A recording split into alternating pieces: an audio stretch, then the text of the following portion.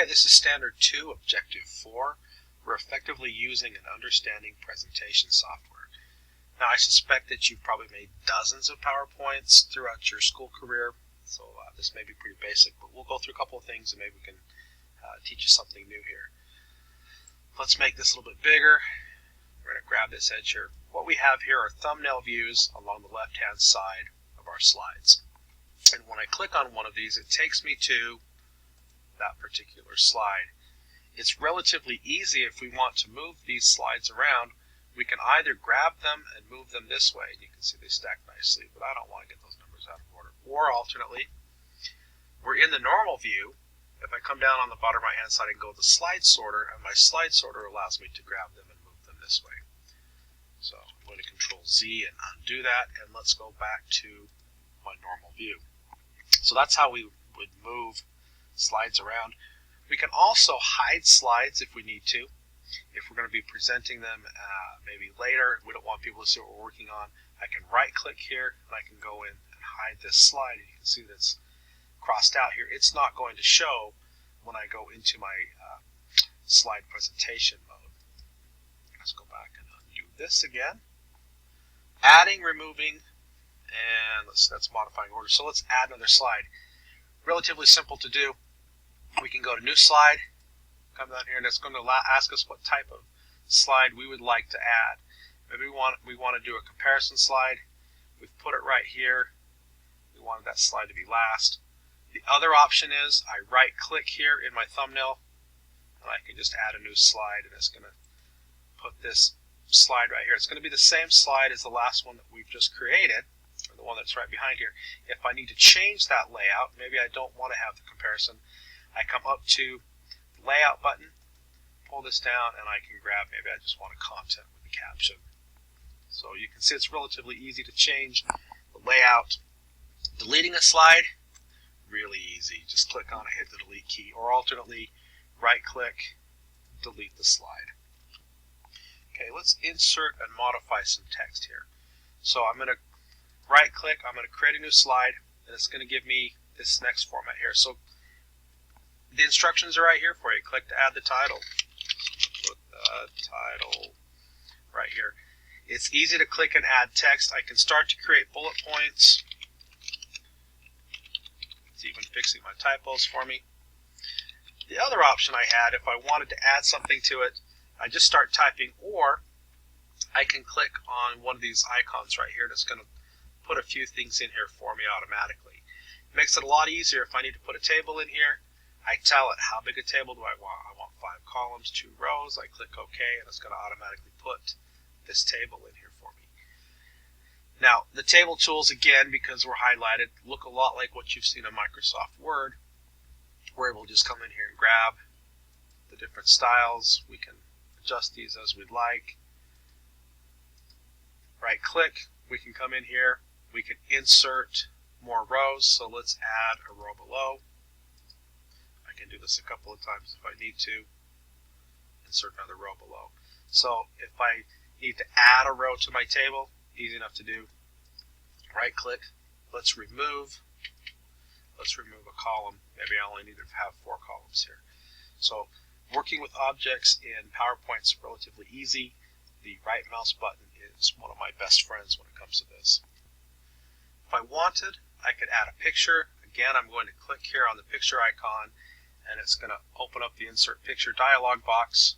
I can navigate out to my desktop, find my trusty picture of Uncle Buck, and place him here. But now I don't have this icon available if I need to insert something else. That's easy enough to do. I go to the Insert button up here, and I can insert more items up here. So let's find a video that I'm going to insert here. It's a video on my PC, and as I go out to my desktop, I have the videos that I've been creating here for the different standards. So I could put the standard 2 objective 1 video in here. I just need to grab the corner of it, size it down so that it fits. Maybe put Uncle Buck over here. And now I have a video here, and when I want to, I can just click on the play button and it will start to play. You don't want to hear that. You didn't want to watch it the first time through, that's okay, I get it. So that's how we add media into our slides here. The next thing we're supposed to do is insert a shape. So I'm going to go to the Insert tab, and I can come to Illustrations group, and you can see I have the Shapes button right here. I can grab any particular shape that I wanted. Here's our smiley face. Drag it out onto my screen. I can move it by grabbing it. This yellow dot means there's something I can do, so I can make him sad. I will leave him happy. Rotating the picture, I grab the rotate arrow here. I can turn my face a little bit here. And again, if I needed to, I could stretch it. I'd recommend grabbing the corners because that will keep it proportional. If we grab just the edge, I'm going to smush his face up a little bit right there. Changing, I can either right-click and it will bring up a menu so I can change the shape fill and the outline, or alternately I can come up to my drawing tools. It's another contextual menu that when I click on the item I'm working with, it brings up some different options for me.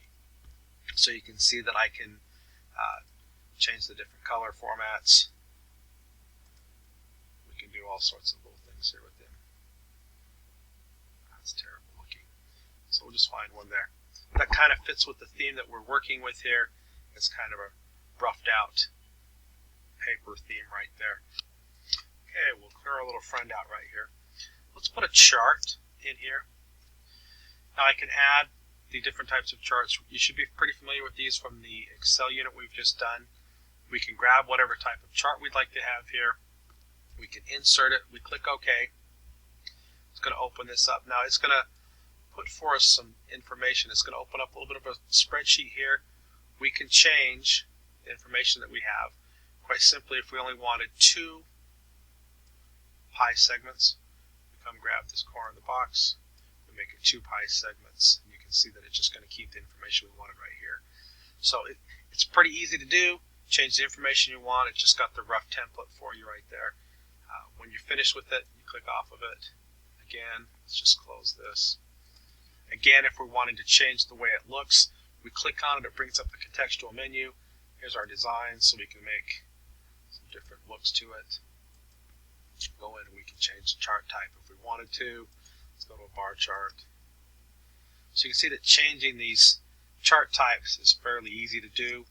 Again, we're just clicking on them and we're opening up the contextual menus, and so we can change different things about the charts that we're working with here.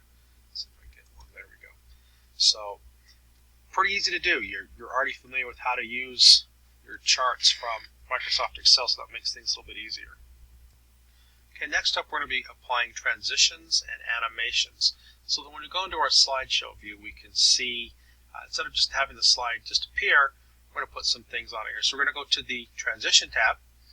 On the Transition tab, this is what it's going to look like as it changes from one slide to another. And you can see we have different things we can put on it. We can make it fade. We can make it push from the previous slide. We can wipe across.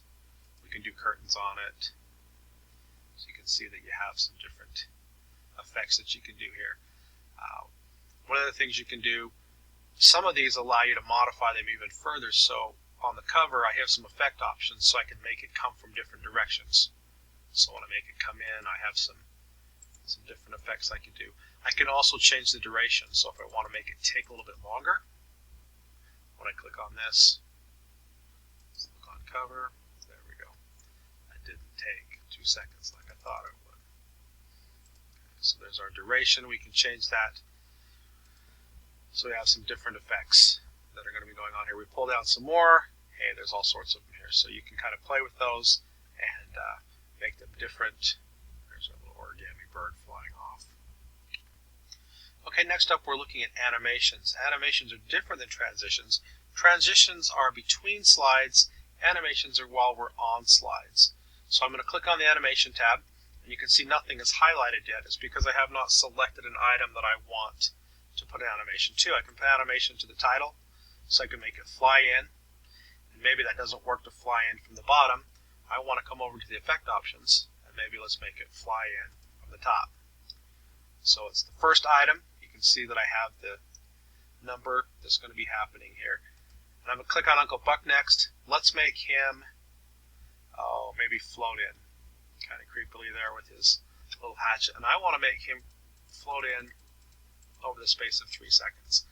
Now, when I go to my slideshow, if I click down here, you can see I have animation number 1, animation number 2. Let's go look at that on the slideshow. So I have a blank slide. I do my presentation. I say, here's my friend Uncle Buck. He flies in from the top, and then it makes him slowly creep in over 3 seconds. So I escape. I'm back out here. If I wanted to, I could look at my animation pane, and I can get a look at all of the things that I have going on this particular slide. On click, I'm going to have Uncle Buck fly in, and then on click, I'm going to have this picture come floating up in over 3 seconds. I could make them delay. I'm having them start on click, but I could have them start with the previous item, so that as soon as Uncle Buck is done flying down on his name, his picture is going to start to fly up. They both have the number 1, which means they're linked together. Let's look at that. So nothing happens until I click. Uncle Buck comes down, and you can see we're there. That actually started with the previous. I probably want to start Uncle Buck after the previous. Let's try that again. You can see the difference. I click, Uncle Buck comes in, and then his picture starts to float up. Hit escape. The green animations here are emphasis for coming in. The yellow, when I pull down this menu here, these are emphasis while they're on screen. So we can make him get bigger. We can play a creepy sound with that if we wanted to. And finally, the red are the way that we can get them to remove themselves from the screen. So we can make Uncle Buck just disappear and float out. So let's try this one here. We have Uncle Buck already on the screen. Nothing happens because I haven't clicked yet. When I click, Uncle Buck's name will come down, and then he drops off the bottom of the slide. So you can see you could create some sequences here, some pretty long sequences actually, and make some things happen for your slides and make them a little bit more interesting for your audience.